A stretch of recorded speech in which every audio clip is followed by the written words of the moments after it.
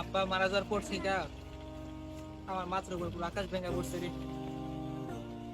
আমি কেমনে কি করবো কিছুই বুঝতে পারতেছি না। আল্লাহ কারে জান্নাত বাসী করুক।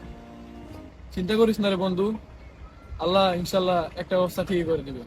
হুম, আব্বুও নাই, আম্মুও নাই, আমার এখন আল্লাহ ছাড়া আর কেউ নাই রে। মন খারাপ করিস না বন্ধু, আল্লাহ যা করে ভালোর জন্যই করে। আচ্ছা, তোর কাকার দোকানের সাথে না তোদের একটা জায়গা আছে? হুম, আছে তো। এটা তোর কাকার কাছ থেকে বুঝে নে, তাহলে তুই অত কিছু করতে পারবি। ভালো একটা কথা বলছো তো, তারা আমি আজকেই কাকার কাছে যাবো।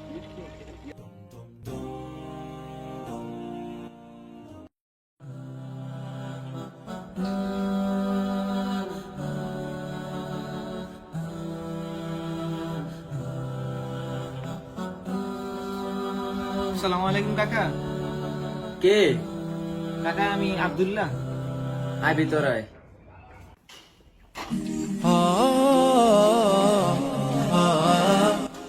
কি দরকার? কাকা আমি তো জায়গা জমি সম্পর্কে তেমন কিছু বুঝি না, তবে আপুর থেকে শুনছিলাম বাজার আপনার যে দোকানটা আছে দোকানের সাথে নাকি আমাদেরও জায়গা আছে। কি জায়গা? ও মনে পড়ছে, হ্যাঁ একটা জায়গা ছিল তোকে। বাজানটা তোর বাবাই তো বড় টাইপের মানুষ ছিল, জানোসই তো। তোর বাবা মরার 1 মাস আগে আমার কাছে 3 লাখ টাকার বিনিময়ে ওই জায়গাটা আমার দিয়ে দিচ্ছিল। কি কোন কাকা, এরকম হইলে তো আব্বা আমার জানাই তো। তোর বাবা তোরে কেড়ে জানা না ওটা তো আমি জানি না, তুই তোর বাবার জানি না তো জিজ্ঞেস। তো আপনি যে জায়গায় নিছেন এটার দলিল কই? বাজান আমগো দলিল লাগে না, আমগো মুখে দলিল। আর এই যে ধর, তোর আমি কিছু টাকা দেই, তুই তোর বাবার 40-এর সময় কাজে লাগাইস, বুঝছো? কাজে লাগবো। এইসব বেদাতি কাজকর্ম আমরা নাই কাকা, আপনার টাকা আপনার কাছেই রাখেন। আর আমিও বলে দিলাম আমার বাপের জায়গা আমি আপনার থেকে উদ্ধার করিয়েছি। যা যা, দেখ মনে হয় কি করস।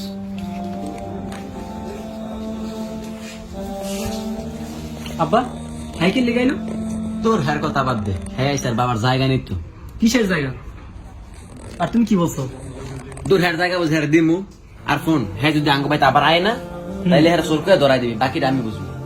আচ্ছা ঠিক আছে, তুমি হেরে একবার দিয়ে দিছো না, যথেষ্ট। আচ্ছা ঠিক আছে।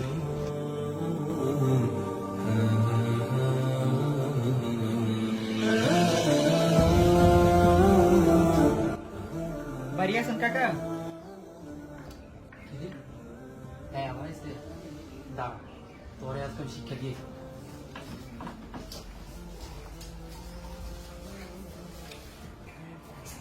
কাকা। কাকায় কি ঘর নেই নাকি? এই সর সর সর সর সর সর সর সর সর সর। আমি চলো না, আমি কাকার কাছ থেকে জায়গা নেওয়ার জন্য আসছি।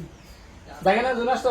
তাহলে আমার আমাদের হাত দিছ কে? আমি আলমারি কোন সময় দিলাম ভাই? এই যে মাত্র তুই আমার হাত দিছ।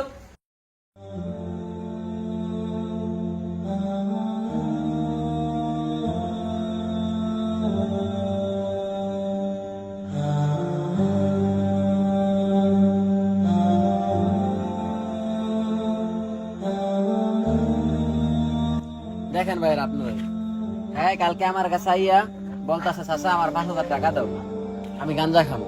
তো আমি ওরে খুব সুন্দর করে বুঝা দিচ্ছি, দেখ বাতি যে এগুলাই ভালো না, এগুলাই অনেক ক্ষতিকর, আর এগুলাই ইসলামী নিষিদ্ধ। হ্যাঁ কি করছে জানেন? হ্যাঁ পরের দিন এসে হ্যাঁ আমার আলমারিতে হাত বসাই দিচ্ছে। যদি আমার ছেলে না দেখতো তাহলে হ্যাঁ আমার সবকিছু চুরি করে নিয়ে রাখা। এখন আপনারাই বলেন হ্যাঁ কি শাস্তি দেওয়া যায়? কালি দিয়ে দে কালি। হ্যাঁ কালি দাও। কালি দাও কালি দাও কালি কালি দাও।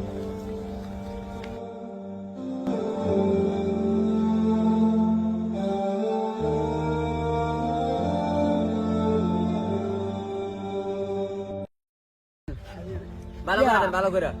আব্বা আমি ফেসবুকে লাইভ করি। হ্যাঁ করো বাবা করো, ফেসবুকে লাইভ করি জিনিসটা দেখাই দাও। হ্যাঁ মোবাইল। আসসালামু আলাইকুম গাইস, আপনারা দেখতে পাচ্ছেন আমাদের বাড়িতে আমি চোর ধরেছি। ঠিক আছে, এই যে এই চোর, সে আমাদের আলমারিতে হাত দিয়েছে।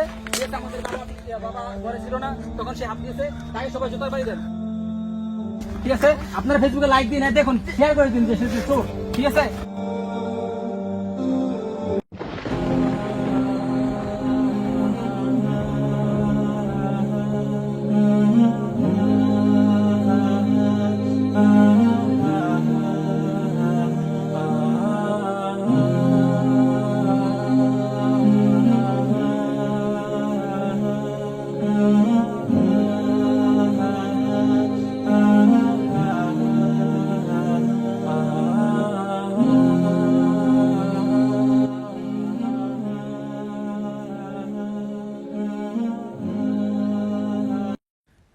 অপবাদের এই লজ্জাজনক শাস্তি সহ্য করতে না পেরেই কি আব্দুল্লাহ আত্মহত্যা করলো, নাকি এখানে আছে এক রহস্যজনক ঘটনা?